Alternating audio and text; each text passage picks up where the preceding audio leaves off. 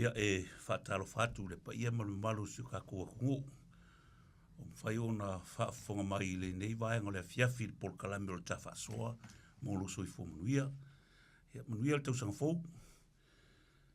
E whaakalo whaakua i le pa ia kupu makamali. O whale upolu foi. Ia whaapea whale kua makausi. Sa oao ia male malosi o kakua kungu. Malo lava soifua, malo lange ma koke whakalo whaku, le soafa mangu malo o Yesu Keriso. Ia e whaatalo whaku fo i le pa ia o le au whainga ruenga tofi le kua o lo kala whauko i le ku ma le ku kongu New Zealand ngei, whapea fo i so se kafa o le ngei la rorangi a o maua mai le ngei Pol Kalame. Ia e whaatalo whatu ma le anganga whaaloalo. Le mwhai o ngā whaangaloinga ngā yo kako mā kua kausi. La kou olo o ngasi ko kongu o whale mai. O kongu mau ko ngaka mā kua. Yo kongu o ainga. Ia kalu ilang moluinga i le lofa ma le anga le leo le kua. Mā lo lava soifua, mā lo lange mā. Ia o le nei aso. Le nei afiafi. Ia ua toe amataria ele kako Pol Kalame o le Faasoa Soifua Manuia. Sa whaangata mai le tausanga umawai i le masinga muli o le kausanga ia o Kesema, ia o nei la fiafi. Ia o ke fia e whaalaulo aku ia le kausala foi o le ngei kangaruenga ia le sunga ia Temi Levi Fido. O Temi Levi Fido o se tamaitai ofisa sinia o le name tanga luenga o lo nga lue i lalo le vaenga tau o le smoke free po le taofi le tau mawhitapa ia o le nei Pol Kalame ia o lo o tau mwhai lava e kau whaikikia le kau mawhakapa i o kele whamai mawai ia se kaimi ia sau ngoa le sunga ia Temi. Ia o Temi o sionki ngā mai le fio anga o le rumueng kuai. Le fio lauka pa au o kuia anga. Fio sawa i malelangi malo ka malelangi. Ia pa i ko iwa malau whakalainga le pia. Ia la ka i le whai ngāma oi o le kumua. Ia o sionki ngā. Ia e mai le a fio anga o lanu i savai. I le a fio sa kuala ma le maupufa pe alo wa fusuanga. Ia la ka i le makofikalai ma sa le murianga. Ia o le tamao Temi. Ia mai le fio anga o sa foku. Le fio sa o e wha ma ai sa umalau. La ka i le vea. Wha pea le mamalu le pongiu ma le wha sau. Ia ia ke o sa foku. Ia o mamalu ma pa ia ma fio anga nga o lo o fio mai ai ia le a fionga i le ia whalinga oki ia po le sunga ia Temi. Ia o i mai Samoa. Ia, tā lofa Temi. Malo soifua.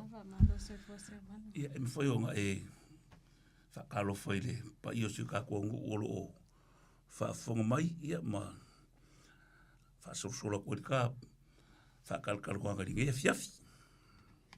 Seumanu ia whaamalo ma whatalo whātu le pa ia mal mamalo se tato atunu o whaafonga mai le nei tūla ma lol soifua malilangi mama whaftai fo i le radio Samoa mo le nei awanoa whaaro o mato mo o mato te whaasoa tuai a wā lava le tato o la soifua malo lo ina. Malo whaafkai wangalo ia ke olo kamu isako. Malo soifua isako. Malo soifua Seumanu. Ngalue whaafkai ia ole. Mau walu Soifua Manuia o i ke aso a koi lungo le kio. Ngai whao ngalo Soifua ngalue. Whaftai. Ia. Temi. E ma whaionga e wha makala mai la uku o nganga ma Pol Kalame o fuafuangi. Ia, whaftai Seumanu. O le vaenga lea o le stop smoking i lalo le South Seas. E ia mātou pa anga o mātou ngā lue whaatasi peila o le Pacific Home Care i Papatoe, ma le vaenga le Scorpions o Tara. o le mātou vaenga la o le stop smoking, mātou te sosoani ni nei tangata o o taumawhai e tā ofi pe tu ua le taumawhtapa. Whaamuta le taumawhtapa. Wa iai fo i la sui ma nisi a vaenga o mātou team. Wa uma ona avea ia awa onga ma toleninga wha le soifua malolo ina. La tau te loa e ona whautua ma sosoani e ua fia mana nao ma wa la tau fina ngalo e tu ua le taumawhtapa.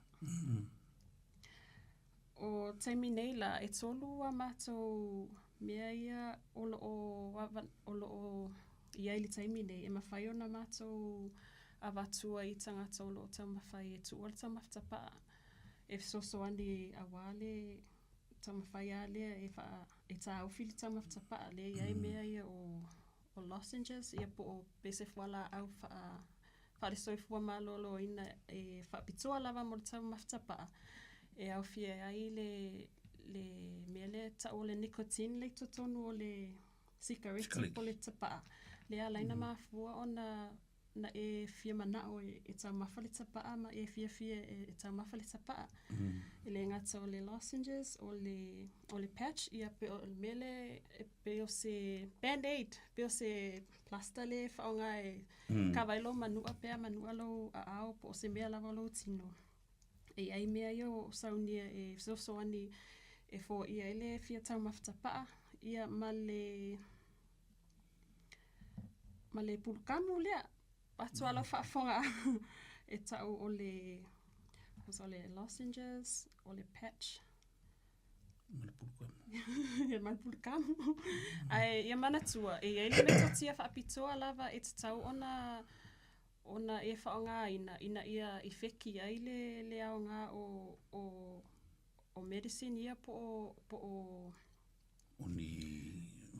Waila au wasaunia whapitoa lava mo le au taumawhtapa e o le mea lea na o ai le team i a onga matole ninga ina ia lato i loa ai ma lato silafia ona avatu le au ma whaatino ina ai le taumawhaina o nei lole po pulu ia po le patch fo i le whaamau i lau tino ina ia sosoani ia te oe e fo ia i lau manao ma lo fia taumawhtapa.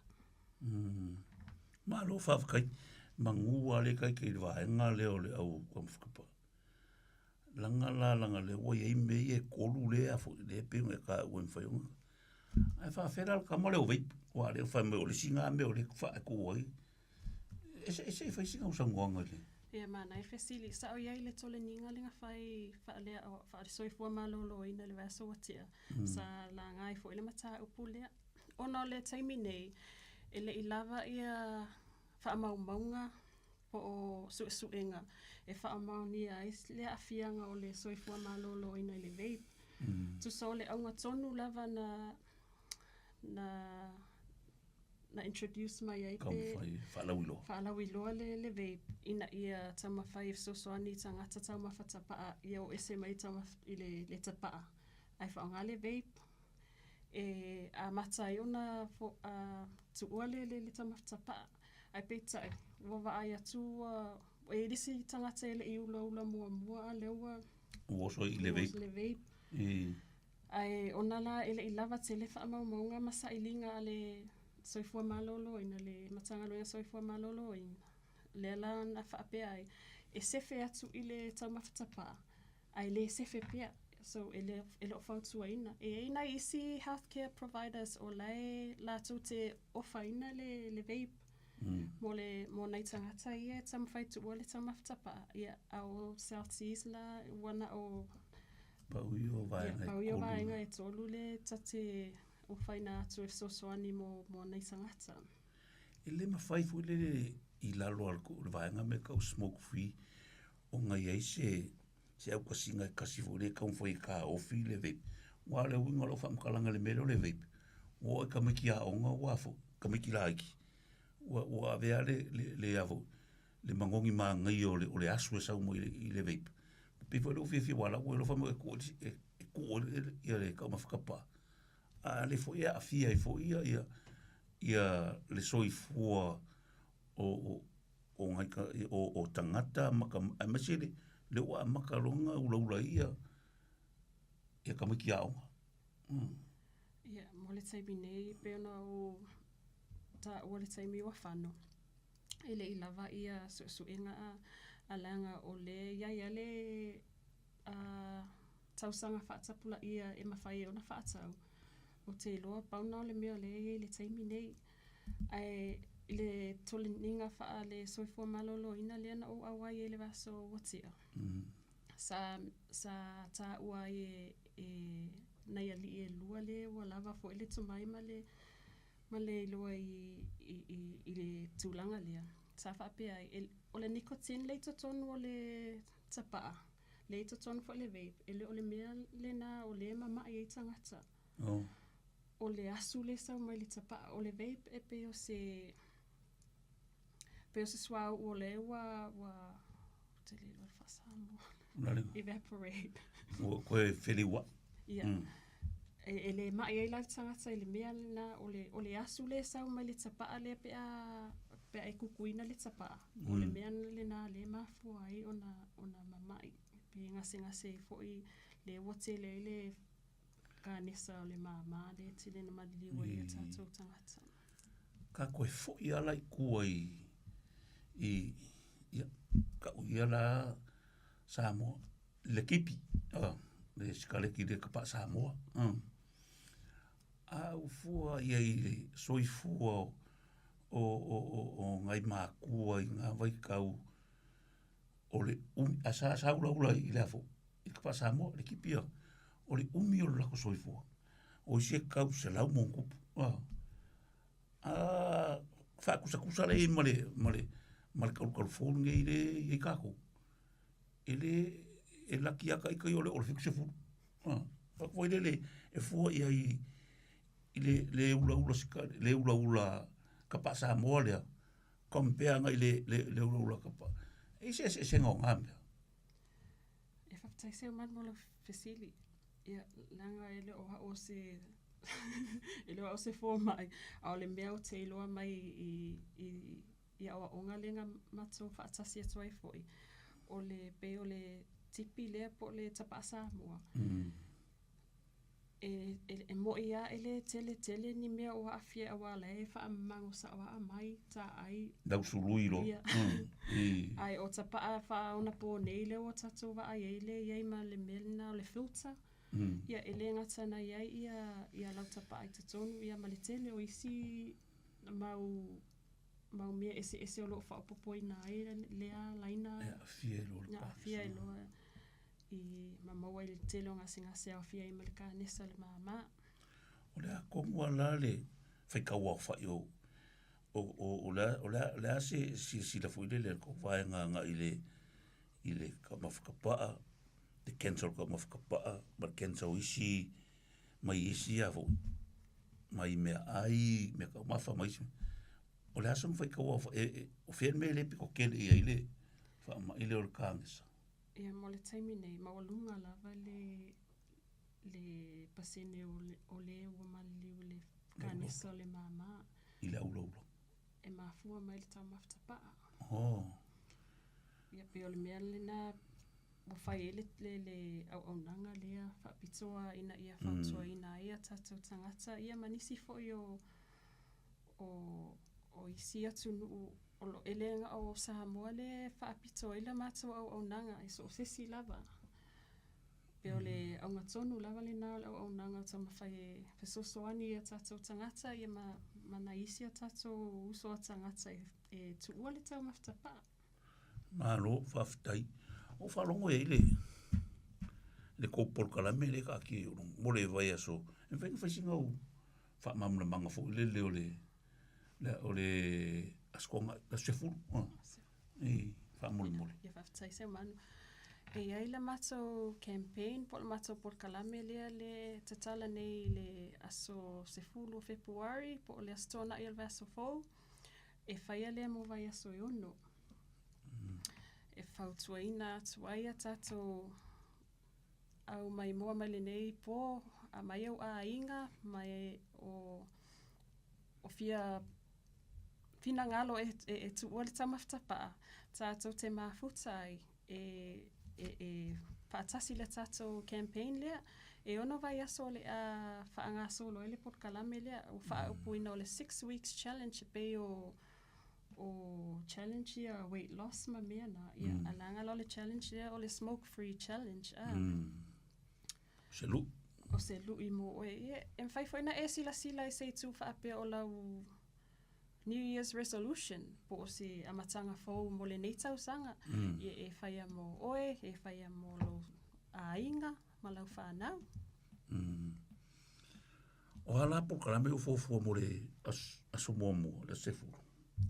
Aso sefulu, o le a tatala ina ila tato por kalame lea mo le ono vai aso. O le a whaia le Otara Town Centre I le me olo o yele tato stage. O le a whaia tato whaafiafianga, whaia tato zumba, whaamarusia lava lo tato Soifua Manuia. O le a iei fo ini mea alofa po ni whailonga, whaia fesili matali tato te fia whaatasi ai. O le a iei fo isia mato au nanga iai I lea aso, pe ona iei le vaenga le whaia tui puipuia, tui o le koviti, tui o le fulu, so as tuainga tui lava wa tualo whaafonga anga Samoa. O le aiai ma le awaenga o le bowel screening, o le Heart Foundation, po o e fo I wapitua mo ngase o le fatu. Ia ma le tele o isi au nanga, whaapea matau pa anga I o le Pacific Home Care ma le Scorpions o Tara. Au lakapi. Ia, au lakapi. Lakapi riki. O le vai aso mua la na e te whingalo te whaasolo I vai aso o mai ono. Ia mai wharenga. Ia. Se ki kawa. O le vai aso mua la le na, o nei vai aso e ono, e na o le tasi lava le aso mai I le vai aso atoa e whaatino I naise po kalami. Le ai ile o le atatalanga lava I whaile aso na ilia. O le vai aso, sorry, se o to e fo I lava tua le vai aso mua lea. Mo e o le afia le sitala, o le afia awai I lea por kalame. O nisi o mea e te ona maua pea e le sitala mo I mātou, ai mātou te whesosoani ia oe malau fōlaunga I lau tā ofio tau maftapaa. O le a maua lau starter pack po sau hamper, e te whiriwhiri mai le hamper o mea ke lini whale po o le stationery pack. Ia malau luas furta la shopping voucher. O le vai aso longa lua, o le a mawai lau voucher e valus furta la e mawhai e una whaatau ai sau pese e vai mai le Cairns shoes, e lo I ngafo I le Otara Town Centre. E mawhai fo I lana e su mai tutono la mato ofisa mai le aso se fulu lua o Februari anga I le aso se fulu wha. I le vao le iwa le tai au ma le ono le afiafi, e te su mai ai e breath test oe, ma mawailau valus furta la vouchanga e whaatau wailau pese e vai I le Cairns shoes. Pea umanga le skala. Pea umanga le skala nga I le vaso mua I le Otara Town Centre, le opening, o le tatalanga le Port Kalame. O le vai asolona tolu, o le a whai e fo I la tato breath test I o la tato ofisa I Otara, 5 Otara Road. Ma e mawai lau voucher I limas fuluta la, o nao o lea I le afiafi le tula I ono. O le a whai e sa tato whaatasinga o pese educational night. Whalau awa. Ia awa onga, ele umilava le tula e tatana noi fo ima Faasoa I Whai folasanga. Ia, folasanga, ma ole ai fo inisi o tato nurses, ma tato fo mai o le a Faasoa I tūlanga o le tamaftapa ai o na awhia ilo Soifua Manuia. O le vai aso lona tolu, o le vai aso lona tolu na, sorry, o le vai aso lona wha, o le a whai ai fo ila tato breath test I o lava tato ofisa 5 Otara Road. Ona o le po e whai e le tato e alo e tato outing. Ui, kai lele. E alo tato outing. Mo e uma le a resitala le tato porkalame le a alo tato outing. E tato te mata I le atati whanga le o le I wangalo ia o lea. Sorry. Whai le ki whanga. Ie, whai ti whanga lea event cinemas manukau. E mawhaila e le tangata lena le stara. O na sauma a mailau support person po so +1. Whainga awe kaiko. Pēre skala. Pēre skala. Oi. Ai a mai si alau a inga o lo tamafta pa e tātou te whasosoani e Seumanu ai a mai oe wha +1. Ia e whaere tātou movie night a mailau +1 e maua fwoi le popcorn malau vai tau mawha al boa o mai moa le tātou ata tifanga. O le vai asolona 5 o le a whai e fwoi le tātou breath test I o lava I 5 Otara Road I le vā lava leo o le iwa le tai au I le ono le afiafi. So se taimi lava o le vā o le taimi na e mawhaina e susu atu ai e breath test o e ia mamawa I lau 5 sefuluta la shopping voucher. O le vai asola na ono loa po le vai aso mulmuli leo le tātou campaign. O le a whai e la tātou ainga whaafiafi po le awards night dinner. E mawaila le whauma I lo le tātou porkalame, ma mawaila o shopping voucher e 5 sefuluta la. Ia malau certificate e wha ma lo atu ai fo e ma wha lo atu ai. Wa uma sia la asanga mo oe, ma tātou fia wha atasi ai. Ile aso longa whārea o le movie out. Ia. E wha whea la e o whakasi umara o ki whanga ia pe e alo kankai. Tusa e lua ia whaliti whanga lawa uma ona mātou booking. E pule lava la le tangata po le whea whaliti whanga ia. Ai tasi lava le ata tātou te matamata uma. Ia. A leo ngala kala pe alo kankai ilang vale pe o whakasi E te sua tu lava o e lau sa. Whape o e mori o ko. Ai lava sfale e tonu ia. Mala au mai Seumanu a lela a sua Seumanu e piki mai oe. Oh, sorry. O le aso, o whea lai whai le aso longa ongo lea. O le tato ainga whaafiafi o le a whaia le o Tara I le rec center. E totonu lava le met. Besila fia le mea o iai le swimming pool. A Otara. Ia o totonu lava I nai e le hall te le lava o le tepuke. Le ai le tepuke e tua mai a o totonu lava le mele e le swimming pool. Hasanga e tonu lava ma le reception area. O nā le la awhai e tato ainga whaafiafi ia ma wailo shopping voucher 5 sefuluta la. Ia ma lau certificate of completion. Malo whafkai. Ka oi o ngai vaenga I e mo le sila fia foi le malu le ku walanga e fofo ngi me fofo le fala wilo wai e mo ia sia na fa pe ai ngi a ka ofia ngi ia por kala mengi ele national finga malori ngi ia e fa kai o le fa wa longa winga lai e foi la manga iska ka sa le skala momo. Ia o to tele nai tata na restaurant mo ai le mo le polkalame lia. Oh, okay. Ona ole o nanga sa wa savali nei le tolu tausanga. A lo wai ai si tangata wa uma fo ina lato la asia ia o uma fo ina lato sign up I le smoke free program, ia. Oh. Ai ese ala le pokalame lea ua whaapitua lava ua whatoa ese alia se matou pokalame ua whaonu vai aso. Ua vai aso. Ia. Ai ia manatua whaamalmole le mamalu malipa ia tatou atunu. Au e te sila I mea ia maua I la tatou pokalame a ia manatua o le aunga mali whaamoe moe o nei mea uma. Ia tatou ngalue whaatasi ia tu ua le tau mawhtapa a wā lava lo soifua malolo ina. Malo whaftai.